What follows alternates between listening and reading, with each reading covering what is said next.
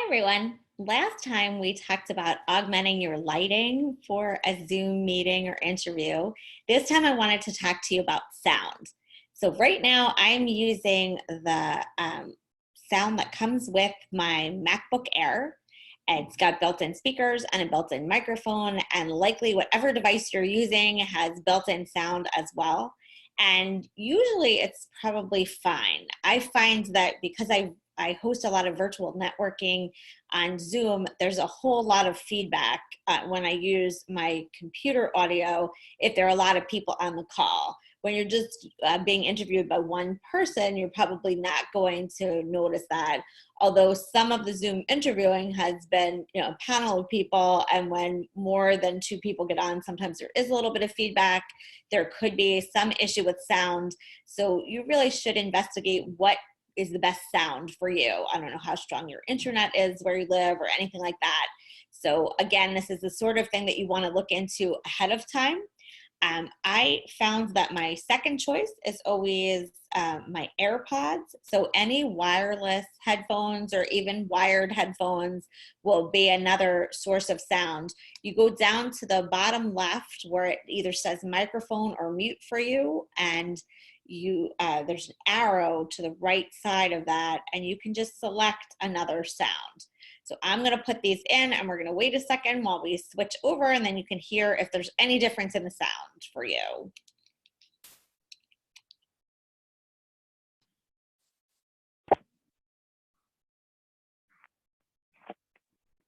Okay, so this is using my AirPods, and they're just in my ears. It's not a big deal. It's not going to distract me.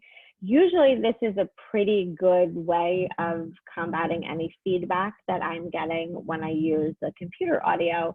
But I did look into some better microphone options just because everyone's been talking about it, and I thought I'd do some research for you.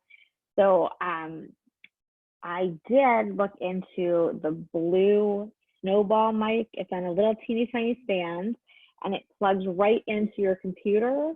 So you don't even have to charge it. It just plugs right in. So I'm going to switch now from my AirPods to the blue microphone, and you can hear if it sounds any different to you.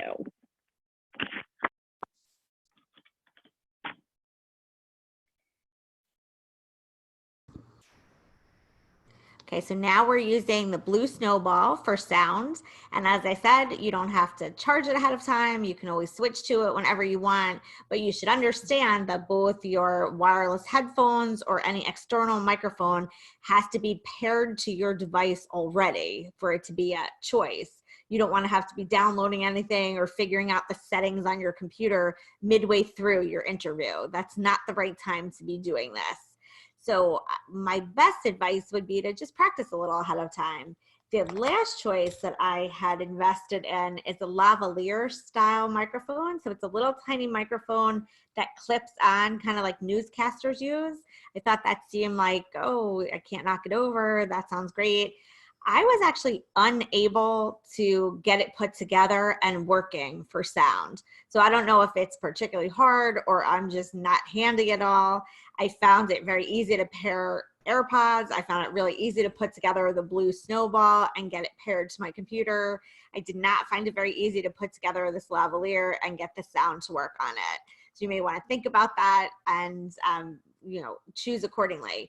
All of these products were available on Amazon as of just days ago when I ordered them. Everything came really fast. Even things that indicate it's going to take a little while seem to be shipping a little faster because it counts as office equipment.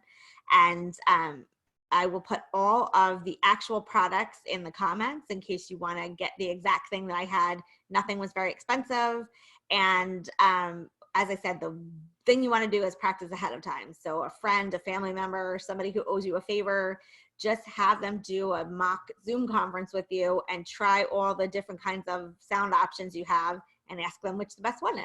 And then you'll know, because the most important thing in the interview that you'll be having is that you hear the question and your interviewer hears your answer. So you don't have to have any fancy equipment. You just have to make sure that you can communicate clearly and make yourself understood. So that's why it's always a good idea to investigate your setup ahead of time. Thanks for checking in with us. We'll be back with some more tips on Zoom interviewing next time.